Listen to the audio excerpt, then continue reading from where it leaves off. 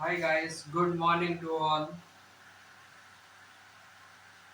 आज अपन शुरुआत करते हैं एक्सक्रीटरी सिस्टम की। एक्सक्रीटरी सिस्टम में आता है आपका मेनली आता है एक्सक्रीटरी सिस्टम, जो कि आपका मेनली होता है आपका किडनी से मिलकर के बना हुआ होता है। एक्सक्रीटरी सिस्टम होता है, उसमें चार ऑर्गन्स होता है। पहला आता है आपका किडनी। ये किडनी और किडनी होती है आपकी दो, right kidney left kidney. Ureter, ureter के बाद में urinary bladder and urethra. Excretory system होता है, चार ऑर्गन से मिलकर के बना हुआ होता है। मेनली एक्सक्रीशन का काम करती है वो आपका किडनी करता है। किडनी होती है वो दो होती है।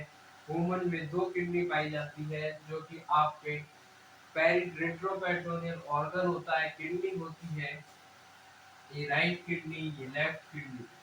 राइट किडनी और लेफ्ट किडनी दो किडनी पाई जाती है वुमन्स में। उसके बाद में आपका किडनी के बाद में यूरेटर, ये वाला जो पोर्शन होता है यूरेटर। यूरेटर के बाद में ये आपका यूरिनरी ब्लैडर।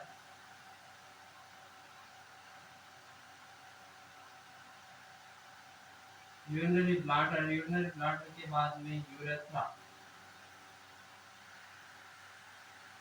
एक्सक्रीटरी सिस्टम होता है वो मेनली आपका किडनी होती है। एक्सक्रीटरी सिस्टम में किडनी होती है। किडनी से दो आपके यूरेटर निकलते हैं। यूरेटर से एक यूरिनरी ब्लैडर एंड यूरेथ्रा होता है। वो लास्ट पोर्शन या टर्मिनल पोर्शन होता है, वो यूरेथ्रा होता है आपका एक्सक्रीटरी सिस्टम का जो लास्ट पोर्शन होता है वो यूरेथ्रा होता है। स्टार्ट होता है आपकी किडनी से। किडनी होती है वो आपका रेट्रोपेरिटोनियल ऑर्गन होता है, जो कि यहाँ पर T12 टू L3 के बीच में पाई जाती है। जो किडनी होती है ये T12 से लेकर थोरसिक 12 से लेकर के नंबर 3, थोरसिक 12 से लेकर के नंबर 3 रीजन में होती है।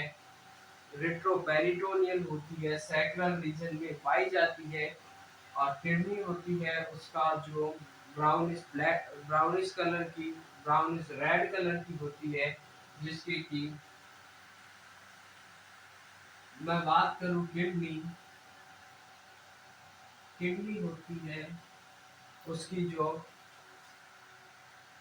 लेंथ विड्थ एंड हाइट होती है 12 centimetre into 7.5 centimetre into 3 centimetre होती है। मेल में होती है ये, मेल में होगी वो 12 सेंटीमीटर लंबी, 7.5 सेंटीमीटर चौड़ी और आपकी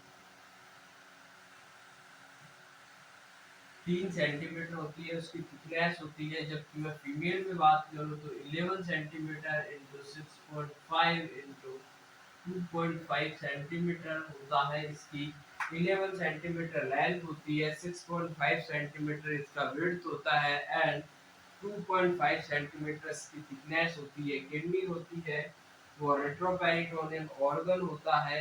मेल में इसका जो वेट होता है वो 125 टू 175 वेट होगा। और जो वेट होता है 125 टू 175 ग्राम होता है। यानी कि जो एवरेज वेट आता है एक किडनी का वो 150 ग्राम ईच किडनी। ईच किडनी का जो वेट होता है वो 125 टू 175 ग्राम होता है। यानी कि 150 ग्राम, 150 ग्राम की एक किडनी होती है। दोनों होती है वो 300 ग्राम की हो गई। फीमेल में बात करूं तो ये 110 से लेकर के, फीमेल में जो उसका वेट होता है 115 से 155। यानी कि दोनों में अगर कॉमनली क्वेश्चन आता है कि वेट ऑफ द किडनी, तो एक 150 ग्राम होता है वो एक किडनी का वजन होता है। 150 ग्राम यानी कि 150 ग्राम होता है एक किडनी का वेट होता है। और जो किडनी होती है वो रेट्रोपेरिटोनियल ऑर्गन होती है। T12 से लेकर के लंबर L3 तक T12 इसकी जो लोकेशन होती है किडनी की लोकेशन होती है वो T12 टू L3 यानी कि थोरैसिक 12 से लेकर के लंबर 3 तक इसकी पोजीशन होगी या लोकेशन होगी या सिचुएटेड होगी। जो किडनी होती है वो T12 से लेकर के नंबर 3 तक होती है। राइट किडनी होती है वो स्लाइटली लोअर होती है लेफ्ट किडनी से, यानी कि जो लेफ्ट किडनी होती है वो स्लाइटली अपर होती है राइट किडनी से, क्योंकि राइट किडनी में सम स्पेस ऑक्यूपाइड कर लिया जाता है लीवर के द्वारा, यहाँ पर सम स्पेस ऑक्यूपाई कर लिया जाता है। उसकी वजह से जो लेफ्ट किडनी होती है वो स्लाइटली अपर होती है राइट किडनी की बजाय। राइट किडनी होती है वो थोड़ी सी डाउन होती है या लोअर होती है लेफ्ट किडनी से। इसके बाद में जो सरफेस होता है किडनी होती है वो आपका 12 से 20 किडनी होती है। किडनी 20 से 25% आपका जो कार्डियक आउटपुट होता है वो रिसीव करती है 20 से 25%। जो सेकंड सबसे ज्यादा होता है, जो सबसे ज्यादा कार्डियक आउटपुट रिसीव करता है वो आपका लीवर होता है। लीवर होता है वो हाईएस्ट कार्डियक आउटपुट को रिसीव करेगा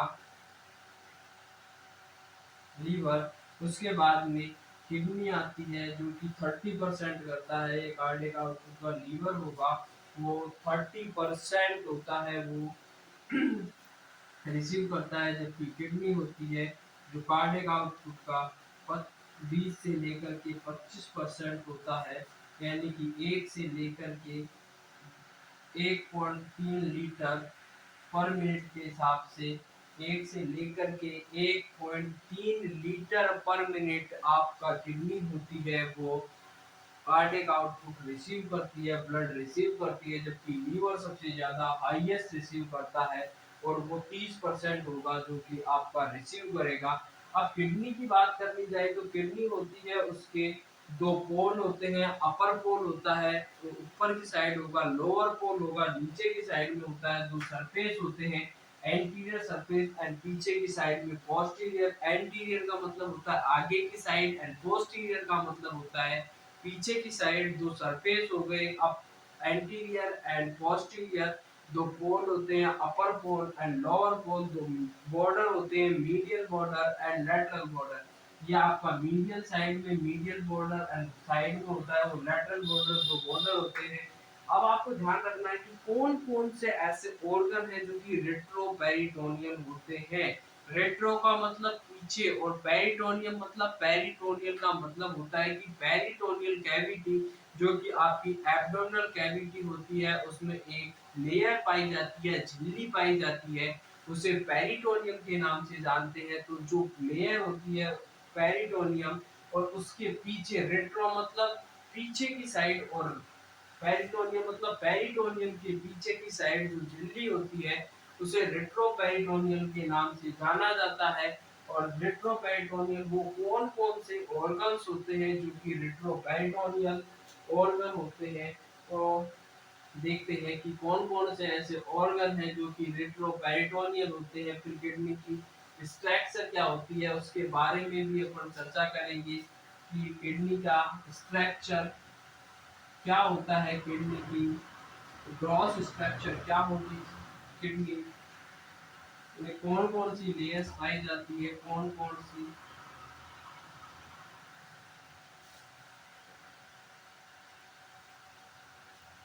रेट्रोपेरिटोनियल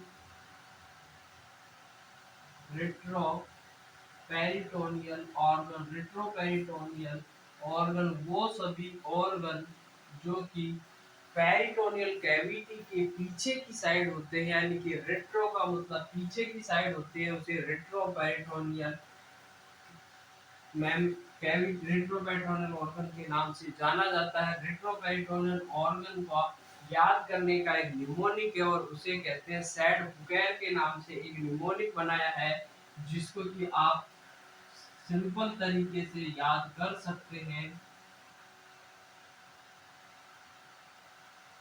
सैड बुकैर होता है सैड बुकैर और सैडबुकैन एक निमोनिक है या स्लोगन है जिसके आधार पर आप रेट्रोपेरिटोनियल ऑर्गन्स की पहचान कर सकते हैं। एस बोले तो supra renal gland, supra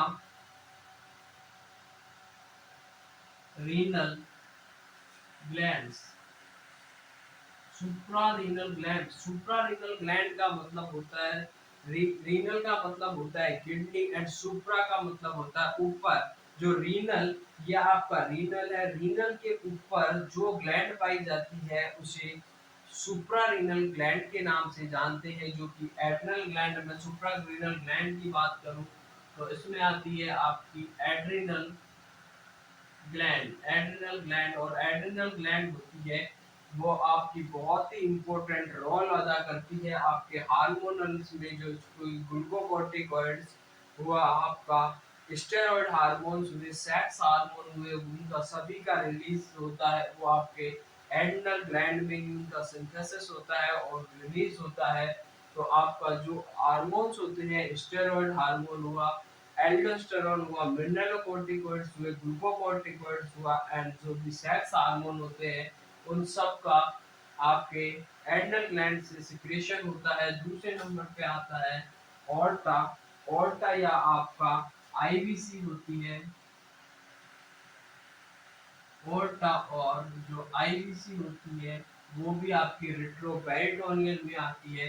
D for डिओडोनम, duodenum, और डिओडोनम भी होता है। डिओडोनम होगा उसका सेकंड और थर्ड सेगमेंट, जो सेकंड और थर्ड सेगमेंट होता है, सेकंड और थर्ड सेगमेंट होता है ड्यूडेनम का, वो भी आपका रेट्रोपेरिटोनियल होता है। पी फॉर पैंक्रियास, पैंक्रियास होगा एक्सेप्ट टेल,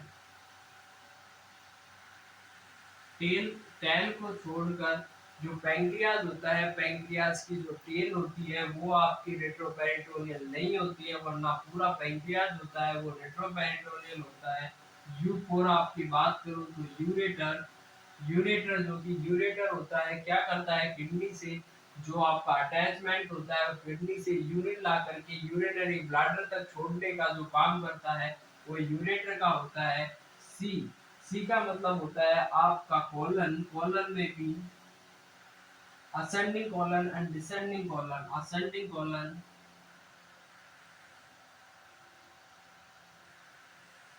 असेंडिंग कॉलन और डिसेंडिंग कॉलन होते हैं।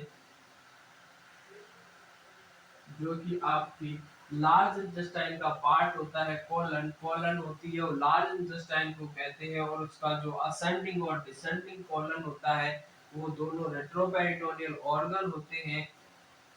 के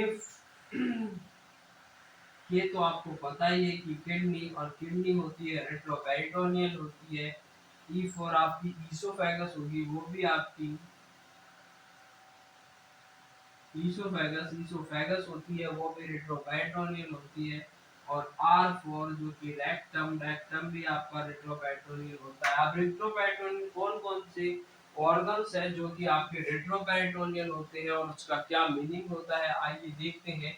कि सुप्रारीनल ग्लैंड, सुप्रा सैड बुक के निमोनिक से आपको याद रखना है कि आपका कौन कौन से रेट्रोपेरिटोनियल ऑर्गन हो गए। तो सुप्रारीनल ग्लैंड, सुप्रारीनल ग्लैंड, सुप्रा का मतलब ऊपर, ये रीनल हो गया, ये आपकी रीनल है या किडनी है, किडनी के ऊपर जो ग्लैंड्स पाई जाती है उन्हें सुप्रारीनल ग्लैंड के नाम से जाना जाता है, जो कि आपकी एड्रिनल ग्लैंड होगी। एड्रिनल ग्लैंड्स होती है वो आपकी किडनी के, ये किडनी हो गई, और किडनी के ऊपर जो भी ग्लैंड पाई जाती है उसे सुप्रारीनल, यानी किडनी, किडनी से ऊपर की साइड और ऊपर की साइड होती है तो उसे सुप्रा कहते हैं या सुपीरियर कहते हैं। तो सुप्रारीनल ग्लैंड यानी रीनल के ऊपर जो ग्लैंड पाई जाएगी उसे सुप्रारीनल ग्लैंड के नाम से जाना जाएगा।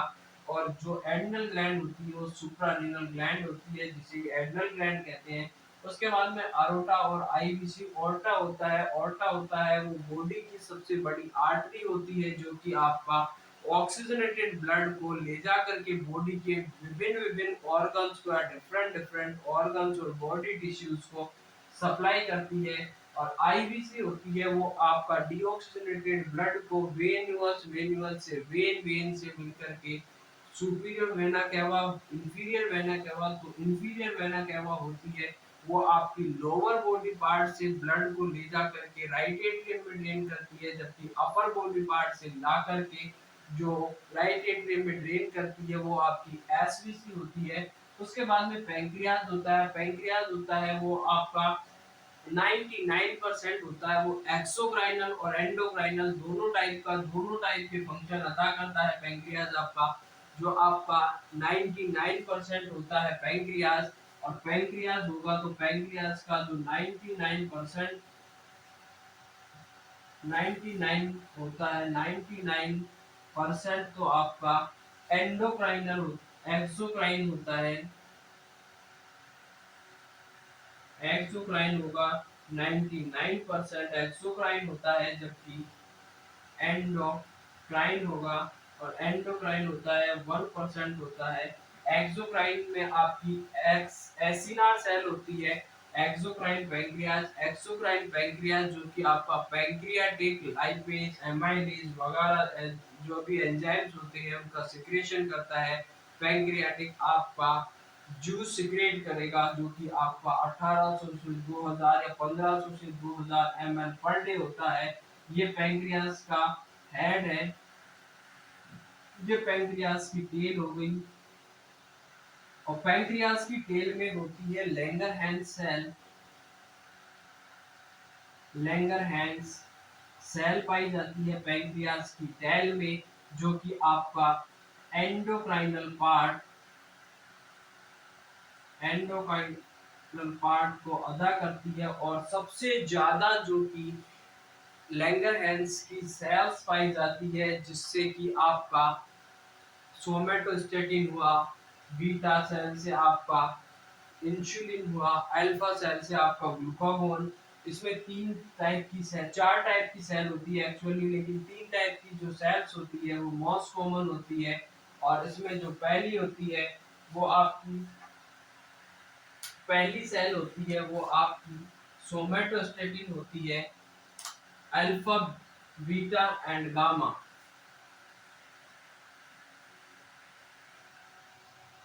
Alpha beta and delta cell, alpha beta और alpha cell, beta cell and delta.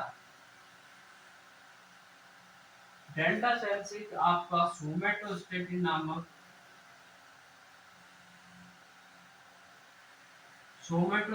नामक हार्मोन रिलीज होता है। बीटा सेल से आपका सबसे जो फेमस जो कि डायबिटीज के लिए जिम्मेदार होता है और एक ही हार्मोन होता है जो कि इंसुलिन होता है, वो ग्लूकोज का डाइजेशन करता है, और वो होता है आपका इंसुलिन जो कि बीटा सेल ऑफ पैंक्रियास से सिक्रेट होता है। बीटा सेल ऑफ लैंगरहैंस से सिक्रेट होगा, और अल्फा सेल से होता है वो बताओ मेरे लालो तो ग्लूकागोन होता है। वो अल्फा सेल रिलीज करती है आपका ग्लूकागोन, बीटा सेल रिलीज करती है आपका insulin, and delta cell somatostatin release करती है। और एक और होता है एफ सेल या एफ सेल होती है जिस चार सेल होती है, लेकिन जो मेनली होती है तीन सेल होती है। अल्फा सेल ग्लूकागोन रिलीज करेगी, बीटा सेल इंसुलिन रिलीज करती है, डेल्टा सेल सोमेटोस्टेटिन। अब ग्लूकागोन होता है ये ग्लूकोज के लेवल को बढ़ाने का काम करता है। इंसुलिन होता है वो आपके बॉडी के ग्लूकोज लेवल को मेंटेन करने का काम करता है। और अगर इंसुलिन की कमी हो जाती है तो पेशेंट को डायबिटीज मेलाइटस की सिचुएशन क्रिएट हो जाएगी, या डायबिटीज मेलाइटस हो जाएगा। सोमेटोस्टेटिन होता है ये भी आपका एक हार्मोन होता है, और डेल्टा सेल से ये सिक्रेट होता है सोमेटोस्टेटिन नामक हार्मोन, जो कि आपके लिपिड लेवल्स को मेंटेन करने का काम करता है। पैंक्रियाज हो गया। पैंक्रियाज में जो सबसे रोस्ट प्रोग्नोसिस होता है, मोस्ट रोस्ट प्रोग्नोसिस जो सबसे वर्स्ट प्रोग्नोसिस होता है वो पैंक्रियास कैंसर का ही होता है। पैंक्रियाटिक कैंसर, और पैंक्रियाटिक कैंसर का जो वर्स्ट प्रोग्नोसिस होता है, सबसे बेकार प्रोग्नोसिस होता है, क्योंकि इसका अर्लीस्ट स्टेज में पता नहीं चल पाता है और उसके लेटर स्टेज में इसका आइडेंटिफिकेशन हो पाता है। उसकी वजह से उसका जो भी आपका इलाज होता है वो नहीं हो पाता है, तो मोस्ट वर्स्ट प्रोग्नोसिस होता है। और जो कॉमनली कैंसर होता है वो हेड, पैंक्रियास के हेड का, हेड में, पैंक्रियाज में कौन सा ऐसा पार्ट है जिसमें कि हेड या टेल या बॉडी, तो सबसे ज्यादा जो कैंसर देखा जाता है वो पैंक्रियाज के हेड में देखने को मिलेगा। पैंक्रियाज के हेड में जो भी कैंसर देखा जाता है मेनली कॉमनली तो पैंक्रियाटिक हेड में देखा जाता है। और मोस्ट वर्स्ट प्रोग्नोसिस, सबसे बेकार कहा जाए कि प्रोग्नोसिस, सबसे गंदा प्रोग्नोसिस किसका है, तो आपके पैंक्रियाटिक कैंसर का सबसे गंदा प्रोग्नोसिस, या सबसे बुरा या सबसे पुअर प्रोग्नोसिस की बात करूं या वर्स्ट प्रोग्नोसिस की बात करूं तो पैंक्रियाटिक कैंसर का होता है। उसके बाद में आती है आपका यूरेटर, और यूरेटर होता है वो आपका किडनी। ये किडनी हो गई, और किडनी से लेकर के जो भी आपका ये किडनी, और किडनी से ये जो ट्यूब लाइक स्ट्रक्चर होती है वो यूरेटर कहलाती है। किडनी से दो ट्यूबलाइट, दो किडनी होती है, दो किडनी से दो यूरेटर निकलते हैं, ट्यूब लाइक स्ट्रक्चर होती है जो कि किडनी से यूरिन फॉर्मेशन हुआ है उसको ला करके आपके यूरिनरी ब्लाडर में डालते हैं, और यूरिनरी ब्लाडर से यूरेथ्रा के थ्रू उसको एनवायरनमेंट में या बॉडी से बाहर एक्सक्रीट कर दिया जाता है। तो यूरेटर है ये भी रिट्रोपेरिटोनियल होता है। सी फॉर कोलन, कोलन होती है, कोलन होगा, और कोलन का ये कोलन, और कोलन का जो असेंडिंग, ये ट्रांसवर्स कोलन, ये सिग्मोइड डिसेंडिंग, और ये सिग्मोइड कोलन। तो ये हो गई आपकी असेंडिंग कोलन, ये हो गया ट्रांसवर्स कोलन, और ये हो गया आपका डिसेंडिंग कोलन, और ये हो गया सिग्मोइड कोलन। कोलन होती है जो कि आपकी लार्ज इंटेस्टाइन को कहा जाता है, इलियोसिकल वाल्व से स्टार्ट होती है, सीकम से। और ये जो एसेंडिंग कोलन होगा जो कि ऊपर की साइड आएगा, right side of the right quadrant में होता है, ये वाला ट्रांसवर्स। फिर उसके बाद में जो डिसेंडिंग कॉलम होता है, ये दोनों असेंडिंग कॉलम और डिसेंडिंग कॉलम दोनों ही रेट्रोपेरिटोनियल ऑर्गन होते हैं। उसके बाद में आती है आपकी किडनी, जो किडनी होती है वो भी आपका रेट्रोपेरिटोनियल होता है, यानी कि रेट्रो मतलब पीछे, और पेरिटोनियम कैविटी के पीछे। पेरिटोनियम कैविटी या पेरिटोनियम मेम्ब्रेन होती है वो बॉडी की सबसे बड़ी मेम्ब्रेन होती है। और जो रेट्रोपेरिटोनियम का मतलब जो किडनी होगी वो आपकी T12 से लेकर के L3 के बीच में पाई जाती है। बीन शेप का ऑर्गन होता है, बीन शेप का, यानी कि जो शेप होती है वो bean shaped organ, bean shaped organ होगा। यानी कि जो किडनी होती है वो सेम के आकार, सेम का जो बीज होता है उसके आकार की होती है, रेडिश ब्राउन कलर की होती है, रेडिश ब्राउन कलर की होती है। वेट होता है वो 150 ग्राम, 150 ग्राम होता है वजन। ईच किडनी का वजन होता है 150 ग्राम होता है। किडनी होती है वो आपकी 11 से, किडनी होती है वो आपकी 21 से 22 डे ऑफ गैस्टेशन के 21 से 22वें डे पर ये बनना स्टार्ट हो जाती है, और 12 वीक पर जाकर के 12 वीक पर ये यूरिन का फॉर्मेशन करना स्टार्ट कर देती है। यूरिन फॉर्मेशन की बात करूं, आप बताऊं कि मेसोडर्म से किडनी की उत्पत्ति होती है वो मेसोडर्म से होती है, यानी कि जो बीच वाली लेयर होती है मेसोडर्म, एंडोडर्म और एक्टोडर्म, इनमें मेसोडर्म से किडनी की उत्पत्ति होती है। किडनी 21 से लेकर के 22वें डे पर फॉर्मेशन होता है गैस्टेशन के, वो स्टार्ट हो जाता है किडनी का।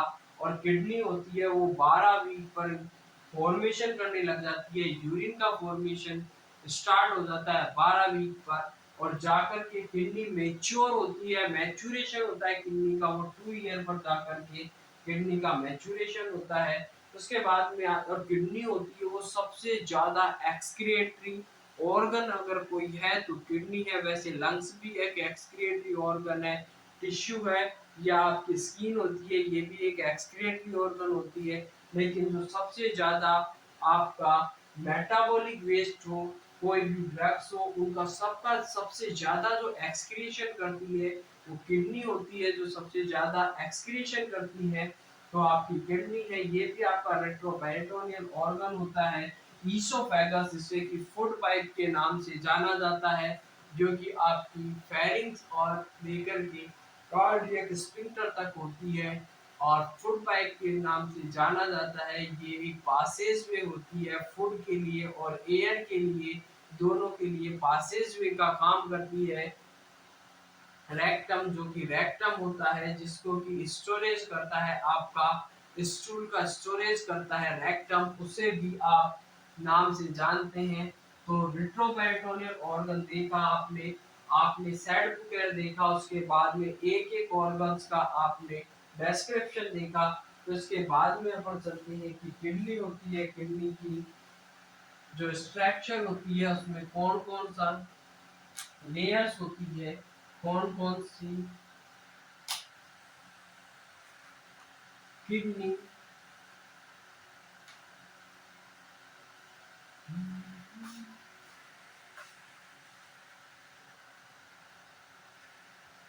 जब आंखों में अरमान लिया, मंजिल को अपना मान लिया, फिर मुश्किल क्या आसान किया, जब ठान लिया तो ठान लिया कि जहां तेरी याद ना आए वो तन्हाई किस काम की, जो बिगड़े रिश्ते ना बना दे वो खुदाई किस काम की। बेशक हमें जाना है अपनी मंजिल पर जहां से अपने ना दिखाई दे वो ऊंचाई किस काम की। तो देखते हैं आप किडनी, और किडनी आपकी एक सुंदर सी किडनी में बनाने की कोशिश कर रहा हूँ। आहा, क्या सुंदर किडनी बनी है जनाब, देखिए ना, सुन लो, ये आपकी किडनी, एक सुंदर सी किडनी बनाने की मैं कोशिश कर रहा हूँ।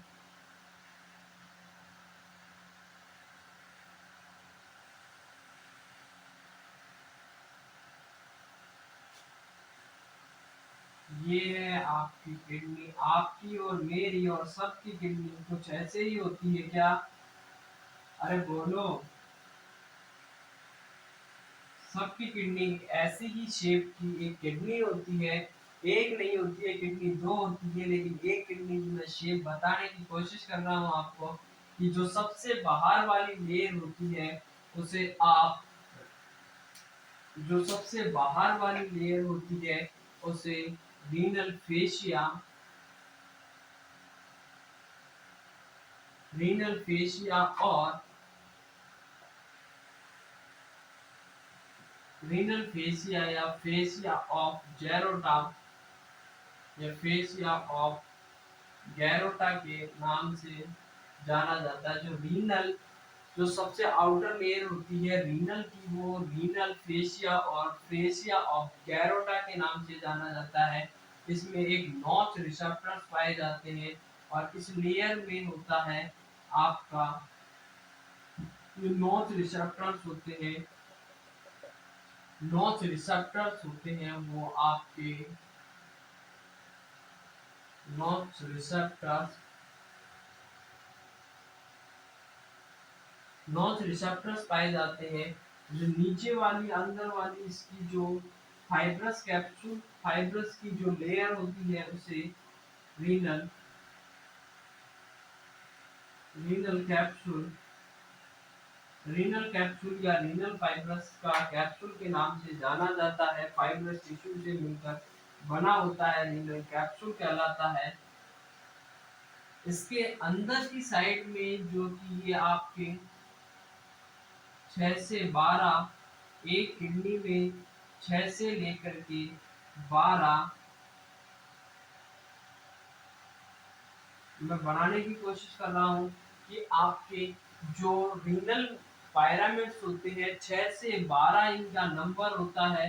वो एक किडनी में 6 से 12 रीनल पिरामिड्स पाए जाते हैं। 6 से 12 रीनल पिरामिड्स पाए जाते हैं।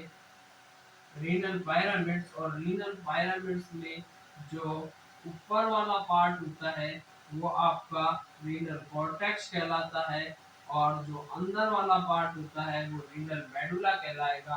तो जो ऊपर वाला पार्ट है इसका वो रीनल कॉर्टेक्स,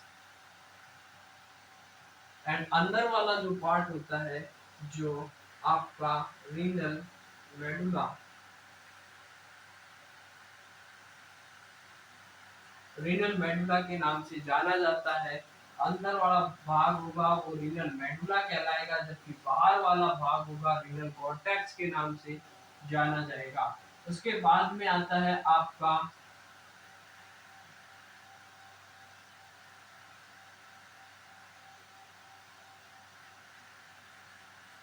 ये स्पेस, और इस स्पेस को column of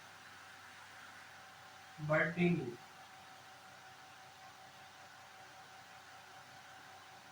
column of Bertini और रीनल कॉर्टिकल के नाम से भी जाना जाता है। और ये होती है आपकी रीनल कॉर्टेक्स के जो नीचे या अपेक्स वाला जो पार्ट होता है, और इस अपेक्स वाले पार्ट को कहा जाता है रीनल पेपिला। रीनल पेपिला होता है वो जो आपका अपेक्स का जो पार्ट होता है, शार्प वाला पार्ट, उसे आप रीनल पेपिला के नाम से जानते हैं। और दो से एक, 3 से 4 और 2 से 3 माइनर कैलिक्स, ये माइनर कैलिक्स जो कि 4 से 6 होते हैं, और 2 से 3 माइनर कैलिक्स मिलकर के एक मेजर कैलिक्स, 2 से 3 माइनर कैलिक्स मिलकर के एक मेजर कैलिक्स का निर्माण करते हैं। और ये आपका होता है रीनल पेल्विस। रीनल पेल्विस होगा, और ये आपका जो जहां पर